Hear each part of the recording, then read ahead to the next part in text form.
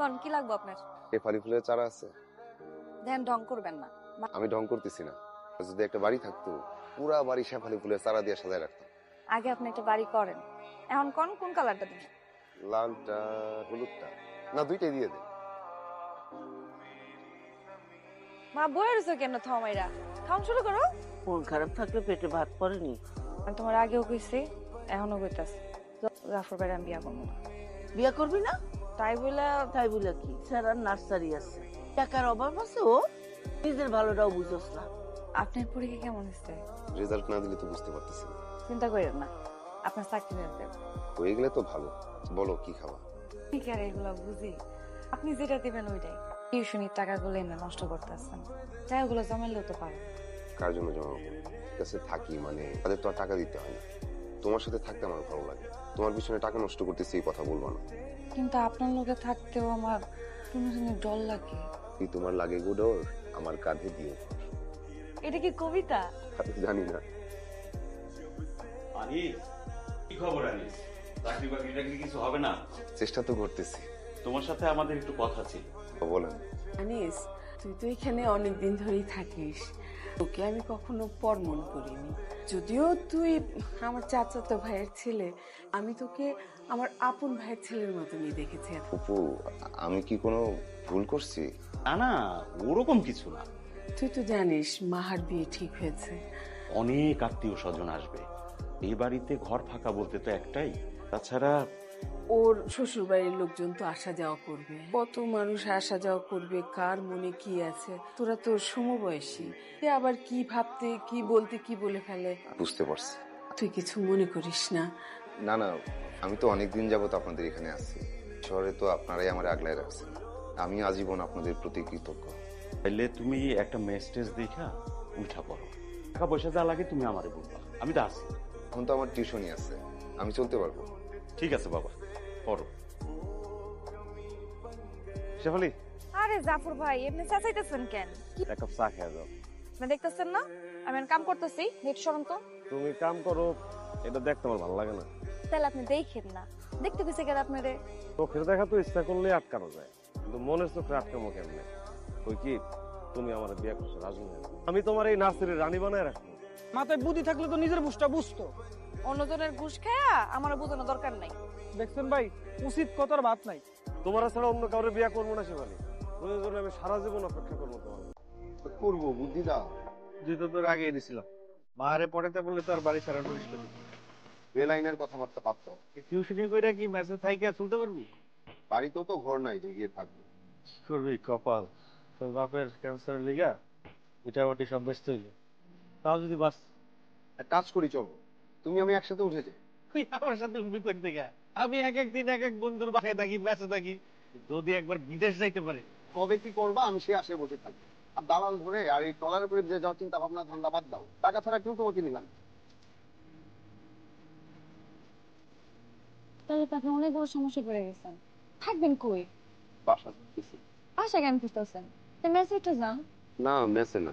তাহলে কই থাকবেন আপনি? তিনে গোটা টাইপ কিছু পাইলে এটা আমার জন্য ভালো। আমার অনেক টাকা পয়সা দরকার। বলছিলাম না টিউশনের টাকা দেওয়া তো নষ্ট না করতে, যদি জমাইতেন তাহলে এখন তো কাজে লাগতো। এটা তো করলেন না। আচ্ছা, যা হবে ভালোই হবে। আচ্ছা শেফালি, আমি যাই।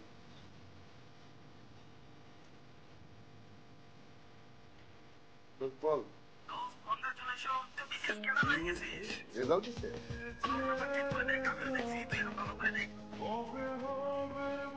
শেফালি, আমাদের চাকরি হয়ে গেছে। বলছিলাম না বিসিএস সরকারি চাকরি, অনেক বড় চাকরি। চাকরি হয়ে গেছে?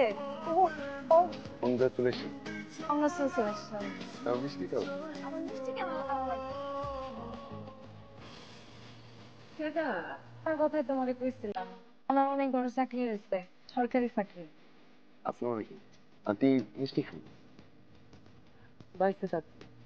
এগুলা বাদও শোনো, বলছিলাম না চাকরি পেলে একটা বড় নার্সারি তো এই বছর আমি একটা বড় নার্সারি করে দিতে।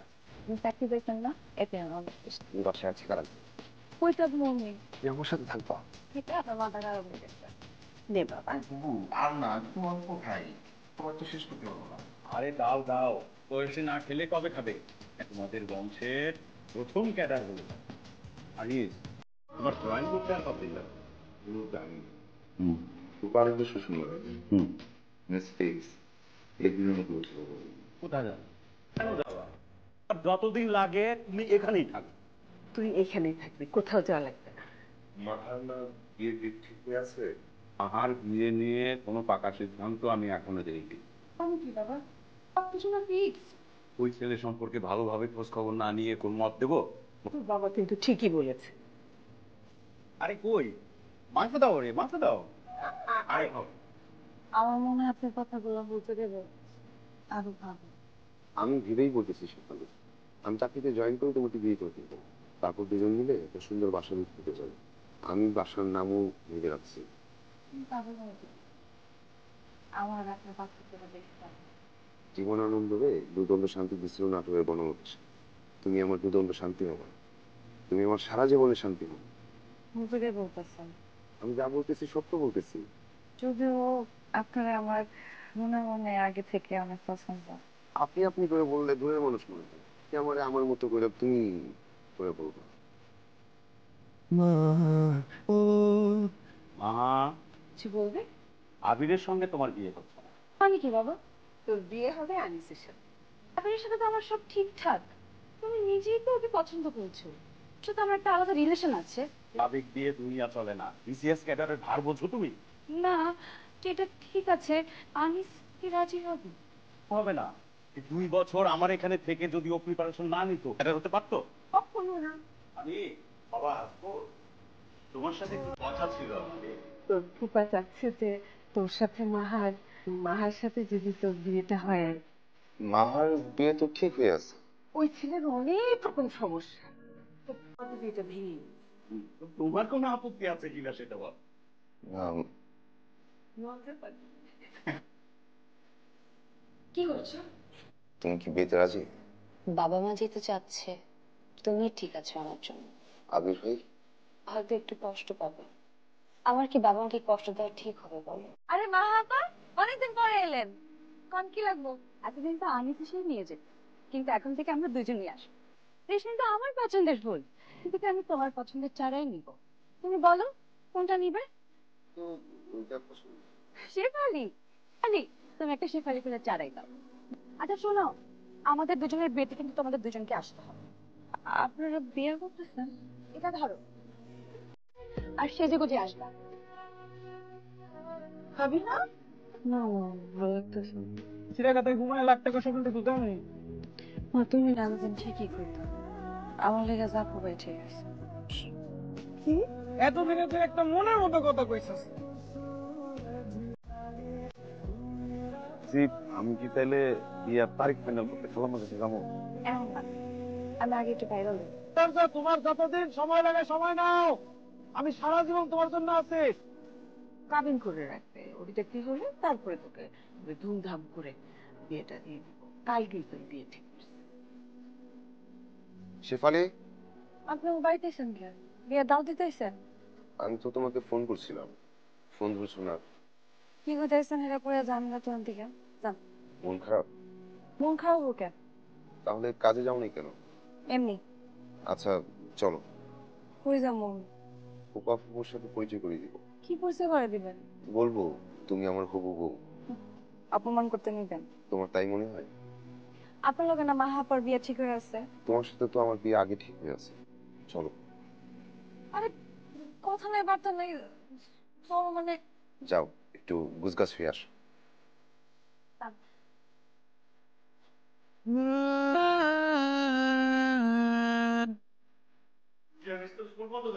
মাহা কোথায়? আমি তো জানি না, আপনি ফোন ধরছে না। তার সাথে আমার কথা হয়নি। আসো। এই মেয়ে কে? কি জানিস, তুই কি ওকে বিয়ে করে ফেলছিস? এখনো বিয়ে করিনি, আমি আসলে সিদ্ধান্ত নিয়েছি ওকেই বিয়ে করবো। কি ফারুক মিয়া, প্রাইজ দাও। এখন তো ও নিজেই সারপ্রাইজ দিয়ে দিল। ও জন্যই মাহা ফোন ধরছে না। না, মার সাথে আমার কোনো কথা হয়নি। চুপ থাকো, অকৃতজ্ঞ বোধ হয় এরেই বল।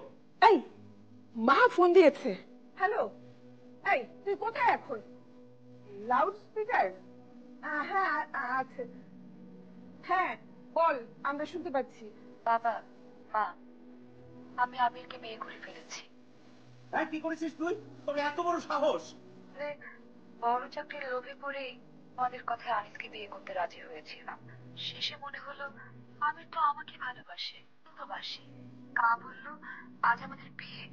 তখন থেকে মনে হচ্ছিল আমি আবিরকে ঠকাচ্ছি। আবিরটাই জিতে গেল বাবা, লোভ কিংবা স্বার্থ না। বেশার এদিক ওদিক দুদিকেই ভালোবাসা জিতে গেল। মিয়া বিবি রাজি, এখন কি করবে কাজী? কাজী সাহেব, বিয়েটা পড়ান। কাজী সাহেব, তাহলে শুভ কাজটা শুরুই করবে।